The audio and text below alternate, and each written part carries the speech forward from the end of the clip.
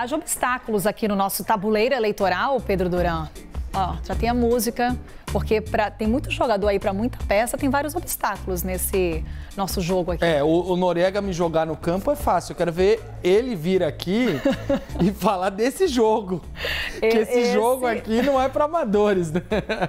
E tá cada vez mais embolado. Pois é, Carol. E você sabe que nesse final de semana a gente teve alguns momentos importantes das eleições municipais de 2024, que foram algumas das convenções, das principais convenções em grandes capitais brasileiras, né? Obviamente você que acompanha a política sabe que isso se espalhou em todo o Brasil, a gente não conseguiria falar de todas as convenções aqui, por isso selecionamos duas convenções importantes, que são a convenção de São Paulo e de Fortaleza, porque tiveram a presença no final de semana do ex-presidente Jair Bolsonaro e do presidente Lula. Então, justamente por isso, a gente vai explicar agora os impactos práticos de Lula e Bolsonaro nesses palanques e também falar sobre Belo Horizonte, porque lá tem um cenário emboladíssimo, tem briga, tem perrengue, e a gente vai contar essa história. Vamos começar então mostrando as imagens da convenção aqui em São Paulo, em que a gente teve o prefeito Ricardo Nunes, do MDB, recebendo aí, ó, o apoio do ex-presidente Jair Bolsonaro. Ele estava lá com a mulher dele, com a esposa dele, a Michele Bolsonaro também foi, Tarcísio de Freitas, governador do estado, também foi. Um espaço montado no estacionamento da Assembleia Legislativa de São Paulo, uma baita estrutura, porque essa vai ser a chapa que vai ter mais candidatos a vereador aqui na capital. São mais de 500 candidatos. Então, é um potencial de fogo, de rua, muito grande perto dos outros candidatos. E aí a imagem do Ricardo Nunes, e aqui ao fundo, cadê ele? Já não está mais aqui, mas estava ali, na imagem anterior a gente conseguia observar o ex-presidente Jair Bolsonaro no palco com o Ricardo Nunes, que essa era até uma dúvida no início, né? Se de fato o Bolsonaro estaria no palanque com o Ricardo Nunes ou não. É isso, o fator Pablo Marçal fez o prefeito Ricardo Nunes tirar Jair Bolsonaro da geladeira, tirou do armário, colocou ali em primeiro plano na campanha eleitoral. Isso muda o cenário, porque a imagem de Bolsonaro ia ser explorada com alguma moderação e agora ele assume esse fator. Quem também teve convenção nesse final de semana aqui em São Paulo foi o Pablo Marçal, que é uma novidade dessa eleição, está disputando por um partido do Nanico, que é o PRTB. Aí vocês veem as imagens do Pablo Marçal, que escolheu uma policial militar, mulher e negra, para ser a vice dele, Antônia de Jesus. Ele que, inclusive, Carol, fez uma convenção num espaço de eventos ali da Zona Leste, um espaço também bem grande. E eu chamo a atenção dos tamanhos dessas convenções, porque elas são contrastantes com a convenção do José Luiz da Atena, que foi realizada num auditório de 200 pessoas na Assembleia Legislativa, em um partido já bastante fragilizado. E o que o Pablo Marçal fez foi repetir aquilo que a gente mostrou aqui no tabuleiro eleitoral, que foi a estratégia do Amon Mandel, lá em Manaus, que para anunciar a vice dele, fez um chá revelação, estourou balão, bexiga, enfim, toda aquela festa para poder fazer o anúncio. Pablo Marçal, que fez um discurso duro, atacou os oponentes, atacou o prefeito Ricardo Nunes, deve ser a toada da campanha, uma campanha bem agressiva. É um pouco da estratégia dele que a gente vem acompanhando, sim, né? Um tom crítico aos demais candidatos. Sim, sim. É a lógica que ele deve ter nessa campanha pelas pessoas com quem a gente conversa, que estão acompanhando o cenário e fazendo o trabalho para o Pablo Marçal. Vamos ver como é que ficam os peões em São Paulo? Bora! Para a gente poder dar uma olhada aqui no nosso tabuleiro eleitoral, então, pós-convenções, já com os candidatos convencionados, oficializados. Você tem ainda a dianteira de Ricardo Nunes, do MDB, com 23%. O atual prefeito aparece logo ao lado de Guilherme Boulos, do PSOL, que tem 22%. No índice CNN, que é um agregador de pesquisas, portanto, não tem margem de erro. Ele compila, une, tira a média, faz uma média ponderada das pesquisas. Você tem um segundo pelotão com José Luiz da Atena com 15% e Pablo Marçal do PRTB com 12%. A Quest, que é a pesquisa mais recente, mostra da Atena com 19%, mas isso ainda é algo a se confirmar nos outros levantamentos. A Quest foi a primeira pesquisa que trouxe da Atena posicionado nesse cenário eleitoral.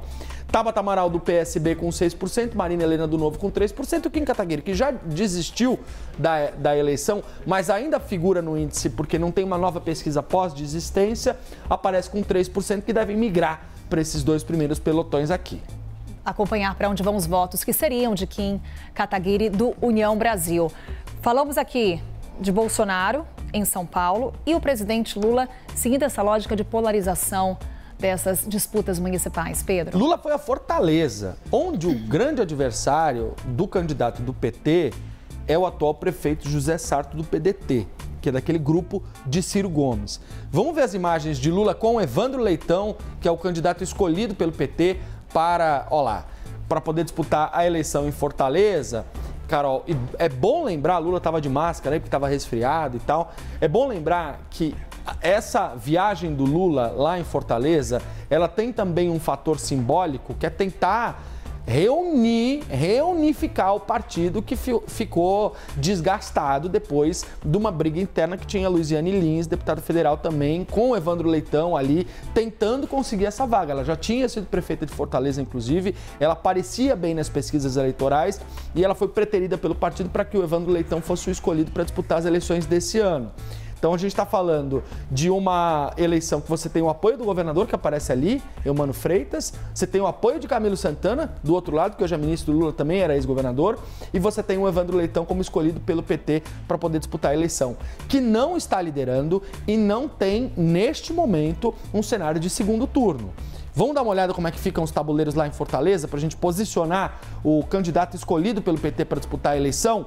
Você tem o capitão Wagner do União Brasil com 31% em primeiro lugar nas pesquisas. Ele aparece com uma postura mais independente de dizer que tem que ser um candidato que pense no povo de Fortaleza e não do presidente ou ex-presidente. Muito embora tenha uma raiz bolsonarista, tem um alinhamento com Bolsonaro no passado.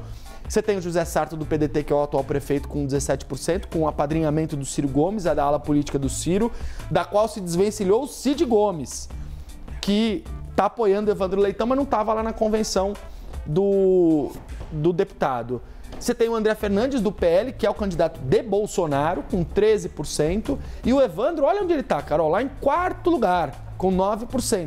Pode ser que avance, que a gente tenha um primeiro pelotão embolado aqui, pode ser. Mas nesse momento o candidato do PT ainda não tem a representatividade que Lula teve em 2022 em Fortaleza, que é uma das capitais do Nordeste, onde o atual presidente venceu, Jair Bolsonaro. E você tem uma terceira figura também desse campo político, que é o Eduardo Girão, do Partido Novo, com 5%. Então você tem Girão, André e Wagner como três forças bolsonaristas, em uma capital onde Bolsonaro não teve o melhor resultado em 22. E a dúvida que você trazia mais cedo pra gente é se Girão e André desistiriam de suas candidaturas para se juntar ao capitão Wagner. O que, se a gente for falar de desistência, é mais provável. Mas como o André Fernandes tem o Bolsonaro do lado dele, ele sabe que ele pode avançar nessa disputa. E o Eduardo Girão está pelo Partido Novo, que é um partido mais independente nessa discussão. Para a gente terminar, vamos mostrar agora um pouco do que está acontecendo lá em Belo Horizonte. Bora. Porque a gente tem um palanque inusitadíssimo na capital mineira. Olha só, Carol. Aqui, vou até sair da frente. Você tem o Alexandre Calil, ex-prefeito de BH, ali no começo. Você tem, em segundo lugar, daí para cá, o Mauro Tramonte, que é o candidato do Republicanos. Você tem a Luísa Barreto, ex-secretária de governo do Romeu Zema, do Novo, e o governador de Minas Gerais. Calil e Zema, oponentes de primeira ordem, que tiveram uma disputa em 2022 acirradíssima, com uma troca, inclusive, de ataques por parte dos dois lados. Essa discussão virou uma polêmica. O Novo foi lá e soltou uma nota no X, antigo Twitter. Vamos ver o que diz o Partido Novo sobre essa discussão, esse debate, porque o Calil saiu da chapa do Fuad, que era o vice dele, para poder se filiar aos Republicanos e para poder apoiar o Tramonte. Vamos ver o tweet do Partido Novo, a gente tem aí, ponto. O acordo político em torno da candidatura de Mauro Tramonte para o prefeito de Belo Horizonte, tendo Luísa Barreto do Novo como candidata a vice, foi estabelecido entre o Novo e Republicanos, partido de Tramonte e também do governador Tarcísio de Freitas. E aí eles dizem que a filiação de Calil e que ele estaria no palanque não era algo que estava na combinação. E que, justamente por conta disso, e por terem feito, apalavrado esse debate, não iam retirar a palavra. O Calil ficou bravo com o que viu e postou uma mensagem também. Vamos ver. E aí, falando diretamente sobre o Novo. O Novo soltou uma nota hoje me citando. Minha resposta: oportunista é quem vem depois, querendo pegar carona na minha popularidade em Belo Horizonte. O Novo só tá na chapa porque eu não vetei. Então você vê que esses atores políticos aqui, neste momento, estão em um debate importante lá em Belo Horizonte. Aí o tweet do Alexandre Calil, ex-prefeito de BH, que está nessa disputa com o Partido Novo. Vamos ver então como é que ficam os peões lá em Belo Horizonte. Cenário emboladíssimo. Você tem o Mauro Tramonte em primeiro lugar, mas sem muita folga, com 24%. Ele que é apresentador de televisão lá, também deputado. Você tem o Bruno Engler, do PL, que é o candidato bolsonarista, com 13%. Aí você tem a esquerda dividida. Você tem a Duda Salabert do PDT com 11%, teve a convenção nesse final de semana, reclamou que ela era mais bem posicionada da esquerda, que as pessoas dos partidos não se uniam em torno dela. Disse que, inclusive, isso poderia ser um preconceito pelo fato de ela ser uma mulher transexual, transgênero. Você tem Fuad, do PSD, e João Leite, do PSDB, que devem se juntar, e Tatiaia traz essa informação de que João Leite deve apoiar a Fuad, que deve ajudar ele a avançar um pouco nessa disputa.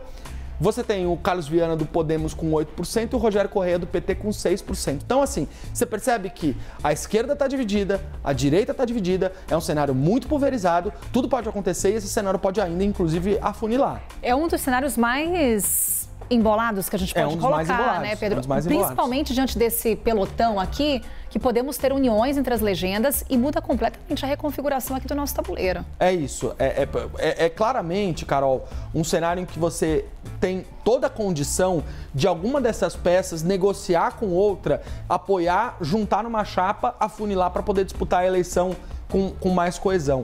Mas isso tudo vai depender de como as pesquisas vão se pintar ao longo da campanha eleitoral. Porque quando começar a televisão, que aí você tiver esses candidatos na TV, as pessoas se identificarem, quando começar a campanha de rua, tudo pode mudar. E aí eu entendo que uma das lógicas que deve acontecer em Belo Horizonte, para a gente concluir aqui o nosso debate, é quem eu imagino que pode avançar é o prefeito Fuad Noman. Porque quando você tem a prefeitura e uma coligação maior como a dele, você tem mais chance de conseguir ter um bom resultado.